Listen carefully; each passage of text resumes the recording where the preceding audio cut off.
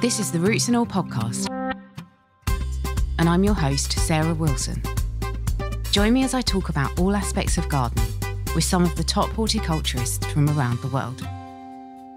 Hello and welcome to this week's episode, where I'm delighted to chat with Susanna Grant, author of Shade and founder of the London-based shady plant shop, Linda. Susanna joins me to discuss shade-loving plants and how to bring life and vibrancy to those darker corners of your gardens. So my background actually was, I worked in the music industry for a long time, so it has nothing to do with gardening at all. And I did that.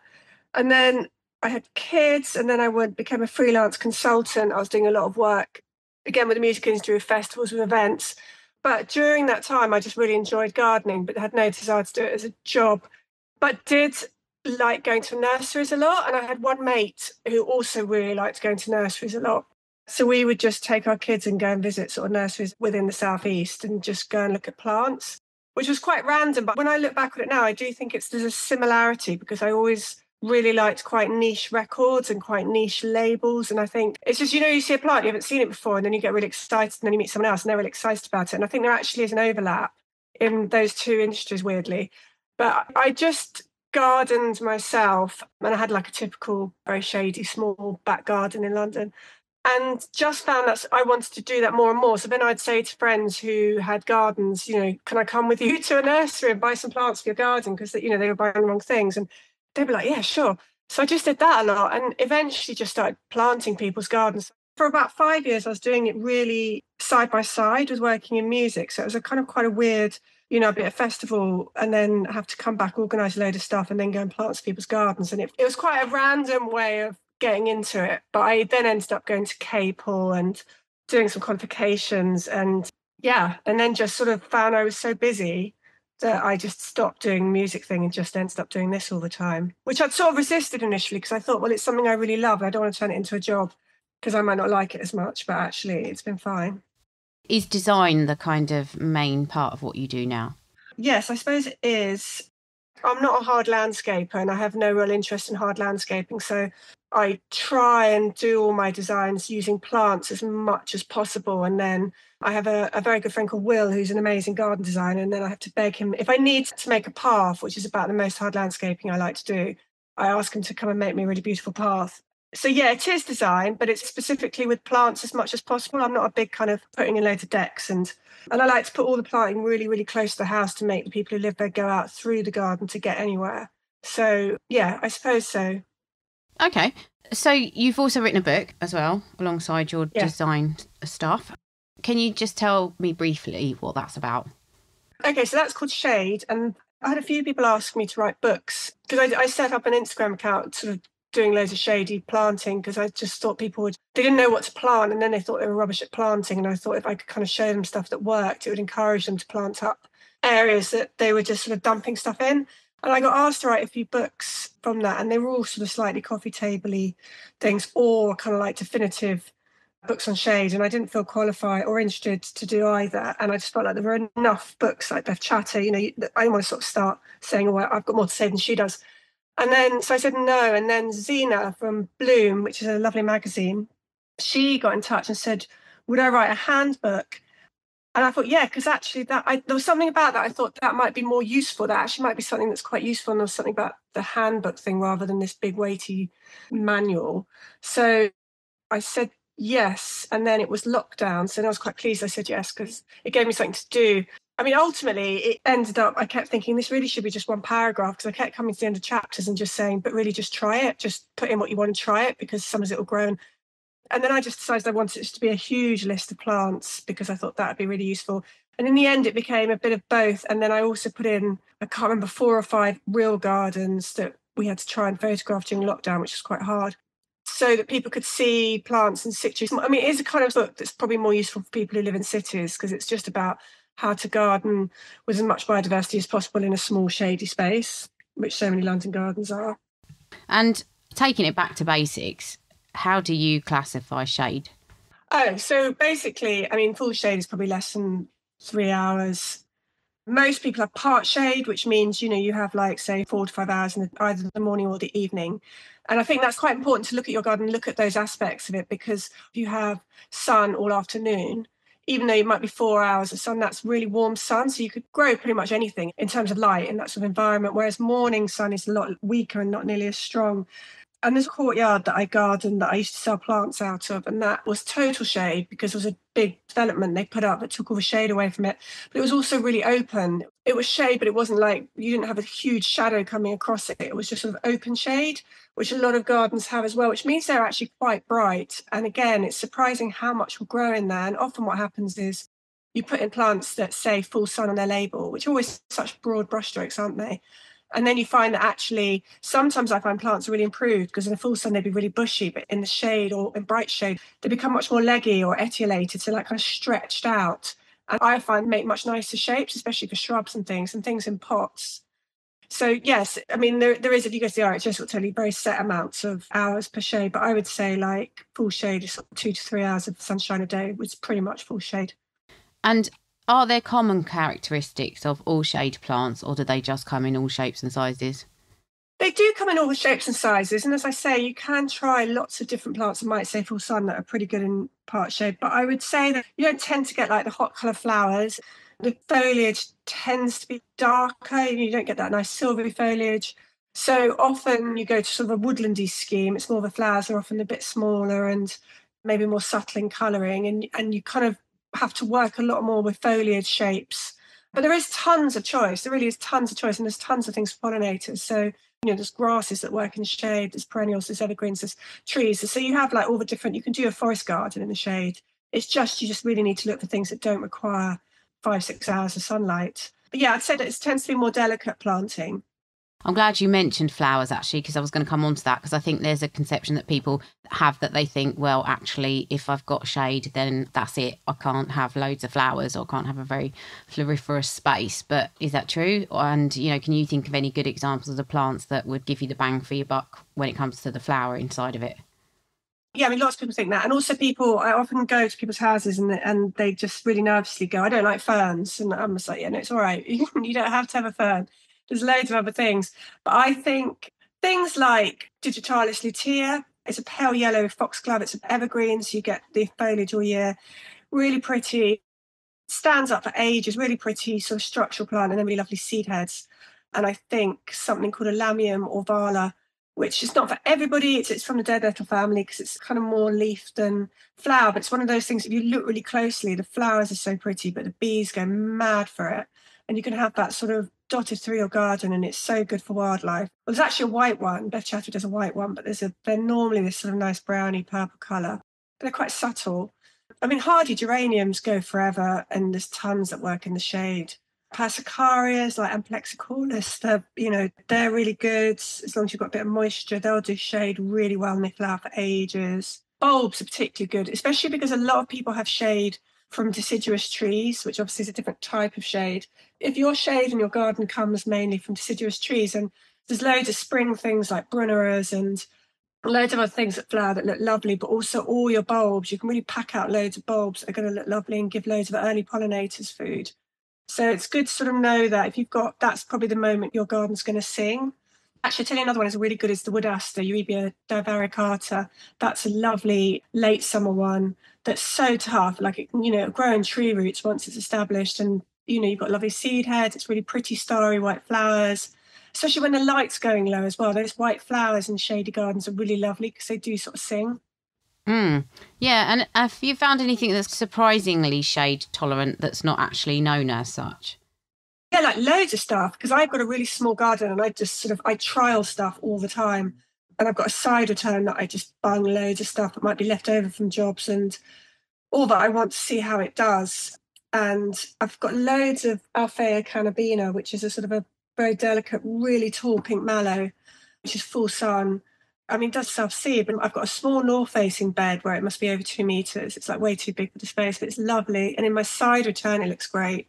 I mean, that's just like one thing. There are so many that I just think, well, I'm going to put it there and see how it does. Actually, another really good plant for shade is the Korean celery, Dicetania takismana. I'm actually no idea how to say that, but it's an edible celery. I haven't eaten it. It's a big umbellifer, but it's absolutely beautiful with beautiful filigree green foliage. That's in my side return as well. Really tall, big, lovely, lacy plant. It's interesting that you say about edible as well, and going back to what you said about being good for biodiversity. I think that's another thing that people maybe feel that shade gardens aren't quite so good for, because you don't have that proliferation of flowers. But in what ways can you help wildlife with a shade garden? I think in the same way that you can do it in other gardens, in the sense you can have water, you can have like wood piles, you can have, all those sort of habitat things, not leaving it too messy.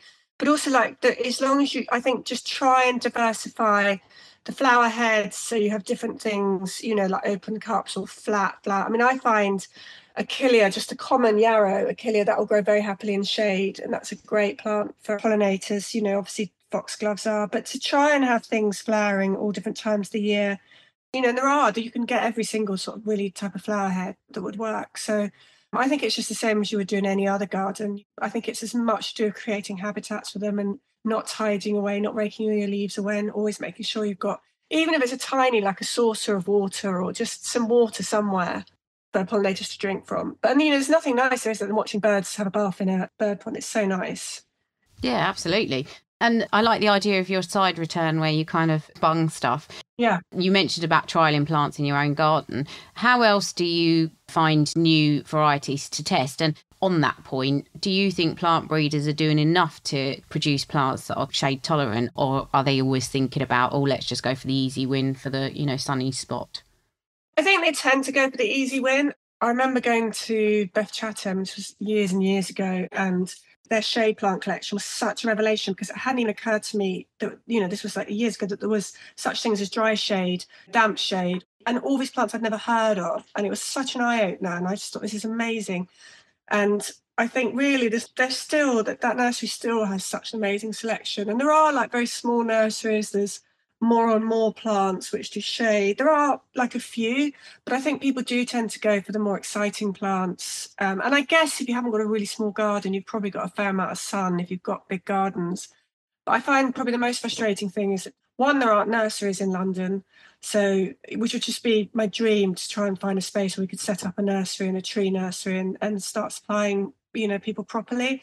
Yeah, I think that's it. It's just the access, because it's going to a nursery and talking to somebody who really knows their stuff is so much more helpful, because you can tell them, I've got this bit and it's under a tree and it's by this wall, what can I grow? And they'll tell you something that will grow. And I think if you live in a big city like London, it's ridiculous. You don't have access to those sort of people. That's why I ended up organising all these plant fairs, just so that people actually can go and buy really well-grown, healthy plants that are going to actually live in the ground rather than being hothoused. I completely agree. So I'm going to think about some kind of real life examples now, because one of the things that people quite often come up against, either in their own gardens or in a design scenario, is that you get a garden, and this again is quite common, I think, in more urban areas. You'll have a garden, and as you look down the garden, one side of the garden is in shade and the other side of the garden is in light. And it's one of the most difficult things to kind of marry up those two different areas. How would you approach that?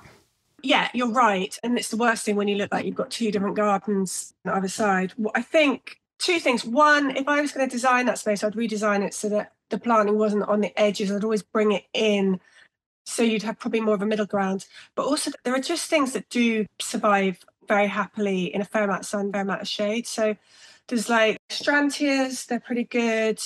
Japanese anemones are pretty good. Hydrangea quercifolia I use.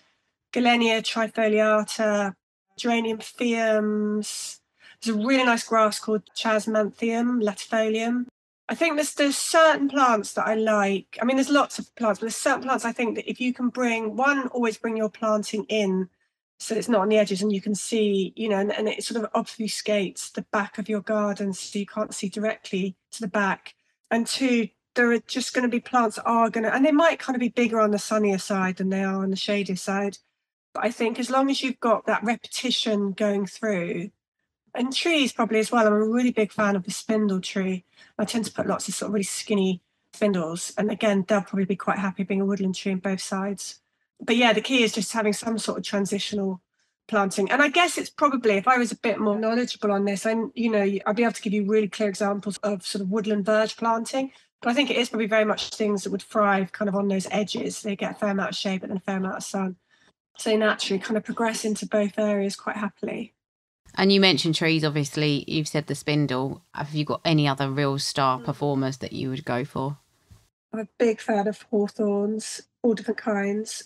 I like Crataegus monogyna, but there's lots of different ones. I like spindle. I like an Amalanthia. I know like a lot of people are a bit sort of snobbish about them because they think they're really overused. But again, they're a woodland tree and they're just, if you've got a small garden and you've got something that will give you blossom and autumn colour and berries, you need things to work really hard, don't you? So that's a good tree. What else? I mean, sort of lots of things that really are probably technically big shrubs, which I guess an Amelanchier could technically be called a big shrub. I put it was a cornus, it's called a cornus angustata in a shady garden. That's looking really pretty at the moment. But again, I think I would look to woodland trees, and multi-stems are obviously useful because they tend not to get quite so big. And a crabapple, always a crabapple. That's a winner. I mean, I don't kind of go for really exciting, I don't know, specimen trees. I tend to like the more naturalistic looking ones. Yes, there's a lot to be said for them. And I think you could definitely have a shady garden that was very, very tropical looking. Yeah. And a lot of them are, actually. But it's interesting to think are. about. You could have a more naturalistic shady garden as well. There's a grass, Lusa lanivia, so it's a really useful evergreen shady grass, really nice seed heads in the summer. You dot that around with, I don't know, some umbels like Sweet Cicely, and it's really easy to make a sort of woodlandy, meadowy kind of soft planting area. And also there's a fern, Dryopteris erythrosaura. My pronunciation is going to be totally off. Whenever I watch Gardeners World and I hear someone saying a plant, I'm like, oh, that's how you say it. But anyway, that Dryopteris, the sort of copper one, which is the new foliage is coppery pink, that takes a fair amount of sun. That's quite a good transitional plant. But that is, again, I think that's just a really lovely soft plant to have. And it gets you away from the really dark green, which you do end up using in shade garden quite a lot. But it's nice to have things that pop a bit more. And is it easy to make it have year-round interest, or is that quite challenging? I mean, I do plants full sun gardens, but I actually think shade gardens are easier. I think there's enough going on from early spring bulbs to like late summer, like Japanese anemones and asters and other things like that, and hydrangea heads. There's enough going on that you can make them last all year, but you don't have the sort of intensity of the watering of like full sun gardens or the kind of maintenance. I think they kind of look a bit slower and a bit more gentle. I mean, I don't tend to do the sort of tropical gardens that you mentioned, and they do obviously work really well in shady spots and they look really nice in big courtyards, but I suppose they're mainly evergreens, and I'm not that interested in evergreens because they don't do that much. I like a garden that changes. I like seeing the sort of seasons. I like to provide gardens that do that. So I don't really work in that style. And the other kind of challenging place sometimes in a garden, I think, is if you've got, for example, like a front doorstep or something, or another area where you've only got room for containers. Can you still do something in those that looks kind of good all year round? Yeah, totally. I mean, my side return is all really big containers. I think that's the key is like, it's the size, like you just want something as deep as you possibly can. If you've only got like a windowsill or a back door, you can get the deepest container you possibly can because your plants will be so much more happy. They won't, dry out so quickly. They'll be able to put down decent roots.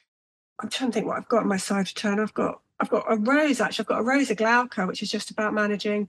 I've got the Korean celery. This is like in one, probably like about a metre. I've got a few of these, but this one is a metre by 30 centimetres by about 50 centimetres tall.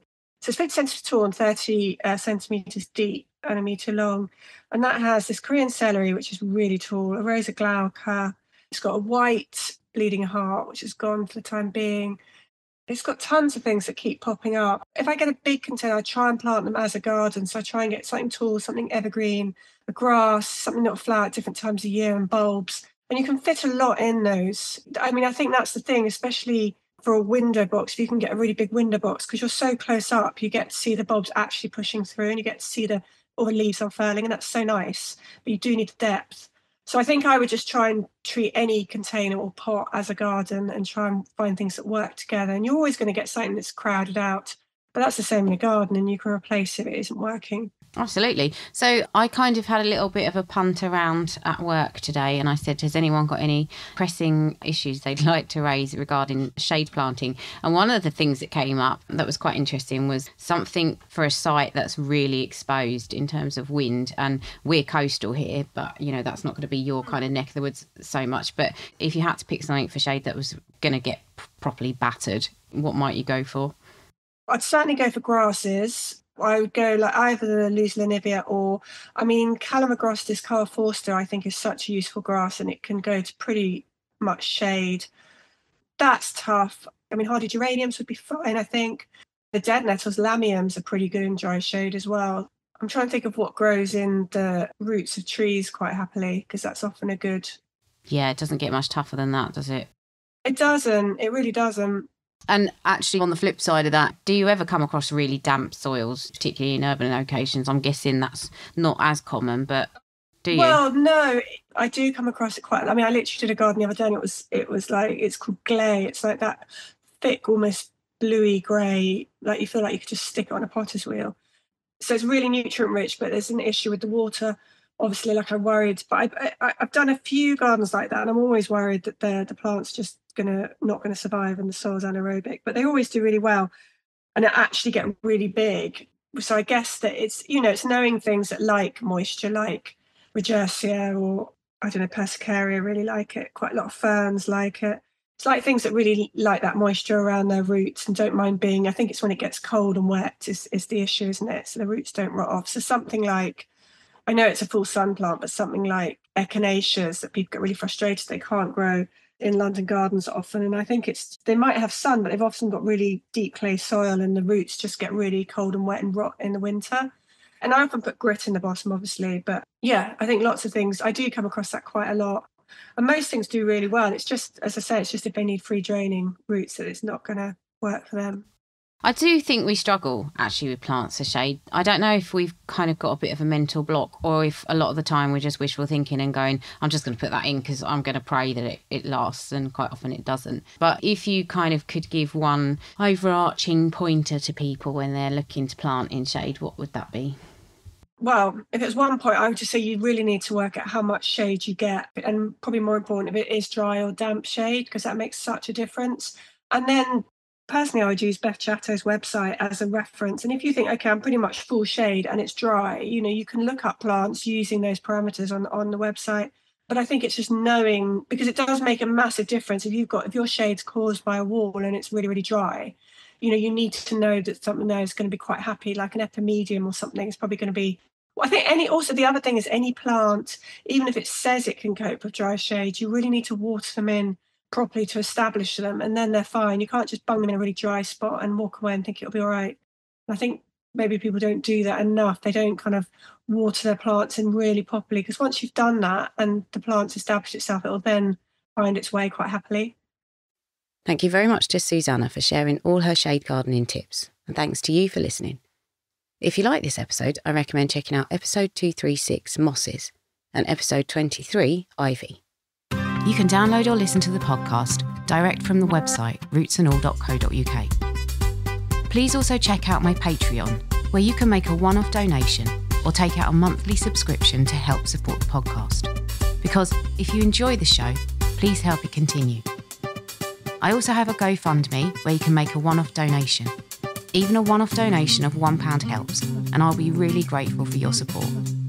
So please go to Patreon or GoFundMe and search for Roots and All Podcast.